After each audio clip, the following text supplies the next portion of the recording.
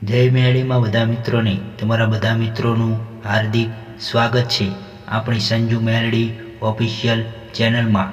મિત્રો, કહેવાય છે કે કોઈ પણ અઘોરી સાધુ કોઈ પણ સામાન્ય માણસની સાથે દિલ ખોલી હળી ભળીને વાતો કરતો નથી, પણ જો કોઈ અઘોરી સાધુ કોઈ સામાન્ય માણસની સાથે દિલ ખોલી હળી ભળીને વાતો કરે છે તો એને દરેક એ રહસ્ય જણાવે છે। કોઈ સામાન્ય માણસ જાણતો ન હોય એને એ ગુપ્ત વિધિ છે, ગુપ્ત મંત્રો છે, ગુપ્ત શક્તિઓ છે, બધી માહિતી એને આપે છે। આજે મિત્રો આપણે આ વિડીયોની અંદર આવા તે અઘોરી સાધુની વાત કરવાના છીએ, જેની પાસે મિત્રો અઢી આખરી મેળડીનું ખાતું છે। મિત્રો, કહેવાય છે કે એક સુંદર મજાનું ગામ હતું। એ ગામની બહાર એક તાંત્રિક ઝૂંપડી બાંધી અને રહેતો હતો। કહેવાય છે કે એ જે તાંત્રિક હતો એની પાસે ઘણી બધી તંત્ર મંત્ર સાધનાની સિદ્ધિ હતી, અને એ જે મિત્રો સુંદર મજાનું નાનકડું ગામ હતું, એ ગામની અંદર 4-5 નાના બાળકો જેની ઉંમર આશરે 10 થી 12 વર્ષની હતી, જે રમતા રમતા ગામની બહાર જ્યાં તાંત્રિકની મઢી હતી ત્યાં પહોંચે છે। કહેવાય છે કે તાંત્રિક જે હતો એ એની ઝૂંપડીમાં બેઠો બેઠો અમુક મંત્રના જાપ કરતો હતો। આવામાં મિત્રો એ નાના બાળકોનો દેકારો સાંભળી, અવાજ સાંભળી અને એના મંત્રમાં વિઘ્ન પડ્યો, જેથી મિત્રોએ તાંત્રિક એની ઝૂંપડીમાંથી બહાર નીકળી અને નાના બાળકોને કહે છે કે છોકરાઓ, તમે ગામની અંદર જઈને રમો, આય ખોટો દેકારો કરોમાં। આવી રીતે મિત્રો તાંત્રિક કહે છે અને પાછો ઝૂંપડીમાં વહી આવે છે, પણ નાના છોકરાએ તાંત્રિકની એક પણ વાત સાંભળતા નથી। એ એની મસ્તીમાં રમે છે અને દેકારો થાય છે, અવાજ થાય છે, જેથી ફરીથી તાંત્રિક બહાર નીકળે છે અને નાના છોકરાને કહે છે કે લાવ, તમને મેં કીધું કે તમે આ દેકારો કરોમાં, ગામમાં જઈને રમો। આવી રીતે મિત્રો તાંત્રિક નાના છોકરાઓને કહે છે, ખીજાય છે, પણ એમાંથી મિત્રો એક છોકરો તાંત્રિકને સામો થઈ ગયો અને તાંત્રિકને કીધું કે દેકારો તો અહીંયા થાય, તે અમે તો અહીંયા જ રમવાના છીએ। તમને જો દેકારો થતો હોય, અવાજ આવતો હોય તો તમે તમારી ઝૂંપડીને લઈને બીજા ગામમાં વહી જાઓ।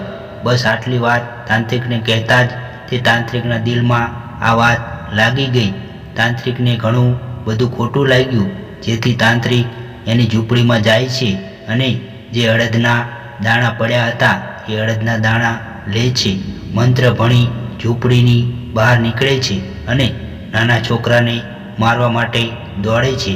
નાના છોકરાને એમ થયું કે આ બાવો ગાંડો થઈ ગયો છે, પાણકો લઈને મારવા માટે દોડે છે, જેથી નાના છોકરા ભાગે છે।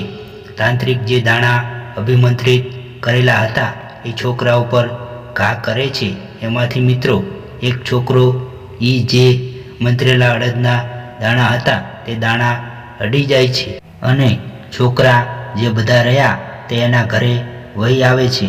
હવે મિત્રો એ જે નાનો છોકરો હતો જેને અડદના દાણા અડી ગયા હતા, એના ઉપર એ તાંત્રિકે મેલી વિદ્યા કરી હતી। હવે મિત્રો આખી રાત વહી જાય છે, પણ છોકરાને કાંઈ થતું નથી। પણ જેવી જ રીતે સવાર પડે છે એટલે સવારમાં છોકરાના માતા પિતા જોવે છે કે છોકરો જે રહ્યો તે એના ખાટલામાંથી ઊભો થતો નથી, જેથી એ છોકરાને જગાડવા માટે થઈને એના માતા પિતા એના ખાટલા પાછે આવે છે। જેવા તે છોકરાને અડે છે, કાં એને ખબર પડે છે કે આ છોકરાનું શરીર જે રહ્યું તે ઘણું બધું ગરમ છે, ઘણું બધું તપી ગયું છે। છોકરાને મિત્રો ઘણો બધો તાવ આવી ગયો છે, જેથી મિત્રો છોકરાના માતા પિતા છોકરાને લઈને અને દવાખાને જાય છે। દવાખાને જઈ અને ડૉક્ટર તપાસ કરે છે, રિપોર્ટ પણ કરે છે, પણ રિપોર્ટમાં બધું નોર્મલ દેખાડે છે, જેથી ડૉક્ટર જે હતા એ તાવના ટીકડા આપે છે, તાવની દવા આપે છે, જેથી છોકરાના માતા પિતા એ ટીકડા દવા લઈ અને પાછા એના ઘરે વહી આવે છે। આવી રીતે મિત્રો એક આખો દિવસ વીતી જાય છે। બીજી સવાર પડે છે, સવારની અંદર જાગી અને જોવે છે તો છોકરાનો જે તાવ હતો એ ઉતર્યો નહીં, એવો ને એવો જ છોકરાને તાવ હતો, ગરમ હતો અને કરમાઈ ગયેલું ફૂલ કેમ હોય એની જેમ છોકરો જે હતો તે ખાટલામાં સૂતો હતો. ફરીથી છોકરાના માતા પિતા એને દવાખાને લઈ ગયા. ત્યાં જઈ ફરીથી રિપોર્ટ કરાવ્યા તો રિપોર્ટમાં પણ કાંઈ આવ્યું નહીં. ડૉક્ટરે આ વખતે તાવ ઉતારવાની જે ભારે દવા આવે, ભારે જે ટીકડી આવે તે આપી. તે દવા લઈ અને છોકરાના માતા પિતા પાછા ઘરે આવે છે, દવા પાય છે, આખો દિવસ વીતે છે, આખી રાત વીતે છે.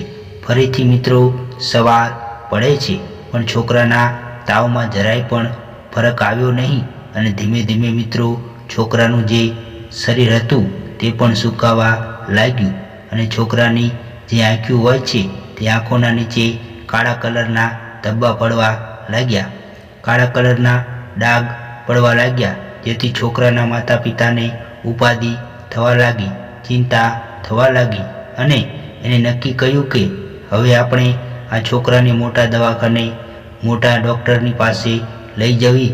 અને એ મોટા દવાખાને, મોટા ડૉક્ટરની પાસે લઈ જાય છે અને ડૉક્ટરની પાસે જઈને બધી વાત કરે છે કે પહેલાં અમે આ દવાખાને ગયા હતા, ત્યાં રિપોર્ટ કર્યા, પહેલાં દવા આપી, એ દવાથી કાંઈ ફરક પડ્યો નહીં. ફરીથી અમે એની પાસે ગયા, એને ભારે દવા આપી છતાં પણ કાંઈ ફરક પડ્યો નહીં. જેથી મિત્રો મોટા દવાખાનાના જે ડૉક્ટર હતા તે પહેલાં છોકરાનો રિપોર્ટ કરે છે. રિપોર્ટ કરી અને જોયું તો રિપોર્ટ તો એકદમ નોર્મલ હતો. રિપોર્ટમાં કાંઈ દેખાડતા નહોતા પણ છોકરાને અડે એટલે છોકરાનું જે શરીર રહ્યું તે પૂરેપૂરું ગરમ હતું. છોકરાને ઘણો બધો તાવ હતો, જેથી એ ડૉક્ટરે એ છોકરાને ઇન્જેક્શન દીધું, બાટલા ચડાવ્યા અને દવા આપી અને છોકરાના માતા પિતાને કીધું કે હવે આ છોકરાને સારું થઈ જશે. પણ છોકરાનું જે શરીર હતું એ હજી એટલું ને એટલું જ ગરમ હતું. છોકરાના માતા પિતા છોકરાને લઈ અને એના ગામમાં આવતા હતા, એના ઘરે આવતા હતા. પણ ગામની બહાર એક વડલાનું ઝાડ હતું અને એ વડલાના ઝાડના નીચે એક અઘોરી સાધુ બેઠા હતા. હવે મિત્રો જેવા તે છોકરાના માતા પિતા વડલાના ઝાડની પાછે પહોંચે છે એટલે વડલાના ઝાડ નીચે બેઠેલા અઘોરી સાધુની પહેલી તે સીધી નજર એ છોકરા ઉપર પડે છે અને જેવી રીતે છોકરા ઉપર નજર પડી એટલે એ અઘોરી સાધુને સમજતા વાર ન લાગી કે આના ઉપર કોઈએ મેલી વિદ્યા કરેલી છે. કેમ કે એ જે અઘોરી સાધુ હતા તે સિદ્ધ અઘોરી સાધુ હતા, જેની પાસે અઢી આખરી મેળડીનું ખાતું હતું. જેથી મિત્રો એ અઘોરી સાધુએ છોકરાના માતા પિતાને એની પાસે બોલાવ્યા અને એને કીધું કે કેમ તમે એટલા બધા ચિંતામાં દેખાવશો.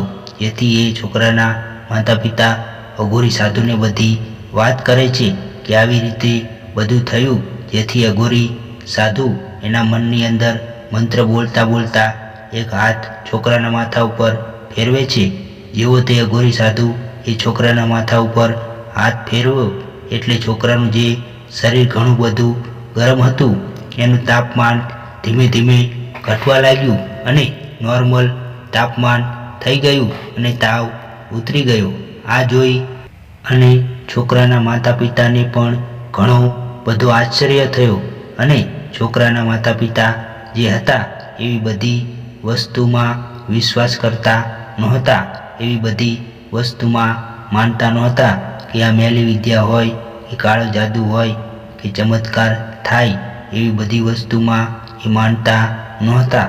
પણ જેવો તે મિત્રો આ અઘોરી સાધુનો એને ચમત્કાર જોયો, એની આંખોની સામે તે એના છોકરાના શરીરનું જે તાપમાન હતું તે ધીમે ધીમે ઘટવા લાગ્યું અને નોર્મલ તાપમાન થઈ ગયું. આ જોઈ મિત્રો એ છોકરાના માતા પિતાને પણ ઘણી બધી નવાઈ લાગી અને એને અઘોરી સાધુને પ્રણામ કર્યા, પગે લાગ્યા અને એના ઘરે જમવા માટે આમંત્રણ આપ્યું. અઘોરી સાધુએ મિત્રો એને ના પાડી નહીં અને એની હારે એના ઘરે જમવા માટે જાય છે. હવે મિત્રો જમીન અને અઘોરી સાધુ અને છોકરાના માતા પિતા બેઠા હતા. આવામાં મિત્રો એ અઘોરી સાધુને છોકરાના માતા પિતા કહે છે કે આ મારા છોકરાને શું થયું હતું જેથી એને જે તાવ આવ્યો હતો એ ઉતરતો જ નહોતો. ઘણા બધા દવાખાને લઈ ગયા, ઘણા બધા ડૉક્ટરો પાસે લઈ ગયા, રિપોર્ટ કરાવ્યા, છતાં પણ એને તાવ ઉતરતો નહોતો. અને તમે જુઓ ને, હાથ ફેર્યો એટલે તરત જ ઉતરી ગયો. ત્યારે મિત્રોએ અઘોરી સાધુએ કીધું કે તારા છોકરા ઉપર મેલી વિદ્યા કરેલી હતી જે મેં દૂર કરી દીધી છે, જેથી તારા છોકરાનો જે તાવ રહ્યો તે ઉતરી ગયો અને મેલી વિદ્યાના હિસાબથી તારા છોકરાને તાવ આવી ગયો હતો અને તારો છોકરો બીમાર થઈ ગયો હતો. આવામાં મિત્રો એ છોકરાના માતા પિતા અઘોરી સાધુને કહે છે કે કોણે અમારા છોકરા ઉપર મેલી વિદ્યા કરી હતી એનું નામ તમે જણાવો. ત્યારે મિત્રો એ અઘોરી સાધુ એ ના પાડે છે કે જેણે પણ તારા છોકરા ઉપર મેલી વિદ્યા કરી હતી એની મેલી વિદ્યા મેં દૂર કરી નાખી છે અને એની પાસે જેટલી પણ મેલી વસ્તુ છે એ બધી મેલી વસ્તુ હું નષ્ટ કરી દઈશ. આટલું કહી એ અઘોરી સાધુ જે હતા એ અઢી આખરી મેરડીનો મંત્ર ભણે છે અને અઢી આખરી મેરડી ઉપસ્થિત થાય છે અને અઢી આખરી મેરડીને એ જે અઘોરી સાધુ હતા એ ઓલી તાંત્રિકની બધી મેલી વિદ્યાને નષ્ટ કરવાનું કહે છે. એટલે અઢી આખરી મેરડી ઉપડે છે. તાંત્રિક પાસે જેટલી પણ મેલી વસ્તુ હતી એ મેલી વિદ્યા હતી એ બધી લઈ અને સ્મશાનમાં જઈ અને મેલી આવે છે અને તાંત્રિક પાસે એક પણ પ્રકારની સિદ્ધિ કે શક્તિ વધતી નથી. તો આવી રીતે મિત્રો એક અઘોરી સાધુએ અઢી આખરી મેરડીની મદદથી તાંત્રિક પાસે જેટલી પણ મેલી વિદ્યા હતી, જેટલી પણ ખરાબ શક્તિ હતી એ બધાને નાબૂદ કરી નાખી, નષ્ટ કરી નાખી. તો મિત્રો આ હતી એક અઘોરી સાધુની અઢી આખરી મેરડીમાંની વાર્તા. તમને આ વિડીયો કેવો લાગ્યો, આ વાર્તા કેવી લાગી એ તમે વિડીયોનો કમેન્ટમાં લખી અને જણાવજો. અને વિડીયોને લાઈક શેર કરવાનું ભૂલતા નહીં. અને આપ આ ચેનલમાં નવા આવ્યા હોય તો સંજુ મેલડી ઓફિશિયલ ચેનલને સબસ્ક્રાઈબ કરજો. જય માતાજી, જય મેલડીમાં.